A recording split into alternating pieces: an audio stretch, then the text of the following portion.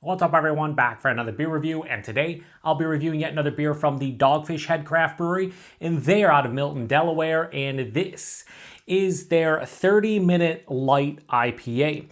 So this is an IPA that comes in at 4% alcohol by volume, 30 IBUs at the time of review. This can is just over 1 month old, and it also has a best by date of July of 2025. So according to Dogfish Head, we should be more than good to go. Now, correct me if I'm wrong, but this seems like it's a rebranded version of their Slightly Mighty IPA, which is a low-calorie IPA. And the reason I say that is because the ABV, the IBUs, the calories, and the carbs are all the same. So it's 4% alcohol by volume, 30 IBUs, 95 calories, and 3.6 grams of carbs. And the write-up on their website is almost identical. So I feel like Dogfish Head rebranded Slightly Mighty as 30-minute light IPA and added it to the Minute series, which includes 60-minute, 75-minute, 90-minute, and 120-minute. So they have a little spiel here on the back. It says, continually hopped for 30 minutes for a more aromatic, less bitter, and easy drinking light IPA. It's hoppy, crisp, and crushable. So yeah, if somebody knows if they indeed did what I am claiming they did, please post in the comment section. They may have like slightly tweaked the recipe or whatever, but I'm pretty sure it's just rebranded Slightly Mighty. So anyway, let's crack this one open. Full disclosure, I've never had Slightly Mighty, so therefore I'm kind of going into this one not blind per se, but I've never had any version of it before, so I'm pretty pumped up. We do have the hashtag proper glassware. The last review I did, the Covered in Nugs from Dogfish Head, I asked some of you guys to let me know if you feel like you're ever going to break this glass when you're washing it. Like a half dozen people in the YouTube comments and on Instagram and Untapped definitely said yes, they're always afraid to wash this one, and I can totally understand why, because I am as well. It's just one of those one of those glasses where it's just like, yeah, is today going to be the day I break it? No? Okay, tomorrow? Maybe. I don't use it that often, if I'm being honest with you. For the most part, I just use it whenever I review a Dogfish Head beer. So once again, hashtag proper glassware. So we have it in the Dogfish Head glass, and it has this beautiful golden orange color, a little bit of light yellow hints to it as well. Almost 3 fingers of a, I would say, soap sudsy, bright white looking head. Good carbonation. I'll bust out the light here. Should be able to see like the carbonation going through. I think I think this is starting to get kind of weak here. There we go. You might be able to see it a little bit better if I even go through down in here. Maybe not through the sides. You can see definitely for sure the the carbonation. This does have the nucleation to promote the carbonation, the etching at the bottom. So anyway, I think it looks beautiful. If you want to see a better look without the logo, there you go. But anyway, let's get a nose. So, as you guys know, Dogfish Head has joined forces with Sam Adams a couple of years back. I want to say it's like 3-4 years now. And I've only gotten this in some beers, maybe like a handful, half dozen at the most. But a couple of them have been from Sam Adams. This smells like, and I know this is not going to sound appealing, smells like wet dog hair. Yeah, it has a little bit of a wet dog hair vibe, and I've gotten that out of, was it the Sam Adams Hazy IPA, the first time they released not the non-alcoholic Just the Haze, but the Hazy IPA. I think it was just called Hazy IPA. Maybe something different, but I got it out of that before. I got it out of a couple other beers from Sam Adams. Yeah, slight wet dog hair, kind of weird. But on top of that, nice zesty citrus, orange, and I'd say a lemon. Maybe a little grapefruit. Has a slight touch of like a malty kind of graininess to it. Like slightly bready or maybe biscuity. Touch of pine. Maybe a floral hop tinge. Yeah, I mean, it doesn't smell amazing. Now, keep in mind that these low-cal IPAs were all the rage, probably going back like 4 or 5 years before kind of the non-alcoholic boom started. And the whole gist behind it was you could get a sub 100 calorie IPA that gives you the sensation of a nice hop forward beer, but it would be lower in carbs, lower in calories, so you could session them and still catch a nice buzz, enjoy yourself, but not have to worry too much about the calories. But like anything, including non-alcoholic beers, you just have to sacrifice flavor, body, the whole nine. Wet hog hair? No wet hog hair. Wet dog hair going away here. But this just smells like a very light, like almost session IPA or pale ale, which is kind of what this is. Doesn't smell bad, doesn't smell great. Let's get into it. Cheers, everyone.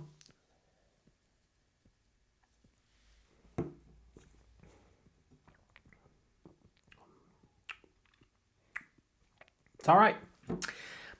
I went into this review, and I always go into reviews with an open mind. I never shut the door, even if it's a style that I don't care for, or maybe from a brewery I don't really care for in terms of like, do I enjoy, said brewery, whatever. I always review the beer on the merits of the beer itself and not other circumstances. Going into this review, however, knowing that a lot of session IPAs and sub 5% IPAs over the years for me personally have been a miss more often than not. I'm kind of expecting not a huge explosion of flavor here, and I'm really not getting it. I will say the body's pretty impressive at 4%. It's not watery. It definitely is lighter in body, like higher side of light, maybe lower side of medium, but it's impressive. I'd say body-wise, it's not super watery, which is good. The mouthfeel is crisp, it's clean, it's effervescent. I would say more of a higher side of moderate carbonation in this one. Smooth going down on the second half of the palate. Very crisp though, super clean beer. The taste, the problem with the taste for a beer like this, and this has happened with a lot of session IPAs, like when, I forget the names of them other than my favorite back in the day when session IPAs became a thing was Easy Jack from Firestone Walker. I remember drinking an entire 6-pack one night, and it was so fun to drink that one. Had nice flavors, lower ABV. I caught a little bit of buzz, but nothing else. And it was just a nice sessionable beer. Stone came out with a session IPA. Forget the name of it. It was something that is escaping me right now. And that was decent. But there was a lot of session IPAs that came out, and I realized that outside of that Easy Jack, they really weren't like my cup of tea. And that's kind of where this one is landing. It's not bad. This is not a bad beer. Outside of that, wet dog hair in the nose, which did not translate into the taste at all. It's just lacking in flavor, but I also have to keep in mind that it is 4%, 30 IBUs, and it's supposed to be a low-calorie IPA. So I get that. Right at the front of the palate, there's an underlying, like again, bready, biscuity, slightly grainy, almost like cereal grain kind of malt character. Omnipresent, never steps in the way, but it's always there. And then after that, waves of citrus. It's more zesty, orange, lemon, a touch of grapefruit. Middle of the palate, I might get like just a ever so slight skosh of like a peach or some kind of nondescript stone fruit. And then it finishes with this very faint and subtle kind of like piney floral sensation. This is semi to full on dry, a very mild bitterness here. 30 IBUs, you're not expecting it, plus it's low ABV. Bitterness is not really a thing, but the dryness is nice. Not sweet to begin with because it is lower ABV, so it doesn't have a ton of malt. So very well balanced. I would say this is a very crisp. I was gonna say two things, and then my mind just slowed down, and I just kind of jumbled my words. What I was gonna say is this is a very crisp, clean, and refreshing IPA. If you're somebody who enjoys like IPLs, this is kind of in that realm where it's so clean on the palate. It's not overly flavorful, but it might keep some folks interested. For myself personally, I understand why this is a part now of their minute lineup. I understand why this is on the market, but at the same time, I also understand that this is not really my cup of tea and exactly marketed for myself personally. However, when we rate beers here on the Beer Patrol and we talk about them, I try to give you guys a good indication of where I think this beer lands in terms of style and what they're going for and what I personally enjoy out of it. So 4% too, you really can't taste anything here. Like I said, this drink's like almost an IPL. It's that crisp and clean. But I want a little bit more flavor out of something like this. The body's nice. The mouth feels perfect for what it is. It's just, it's lacking flavor. But again, take into consideration the ABV, what kind of beer this is. And at the end of the day, I think they did a really good job of what they're going for. Just kind of lose me in the process. And that's okay. So Dogfish Head's 30-minute light IPA, I'm going to give this 2 scores. The first one is going to be stylistically. How did they do for a low-calorie IPA or a session IPA? I think they did a pretty good job. So I'm going to give this a straight 4 out of 5 for that specifically. I think a 4 out of 5 is a really good score. However, for myself personally, in terms of how I feel about this beer,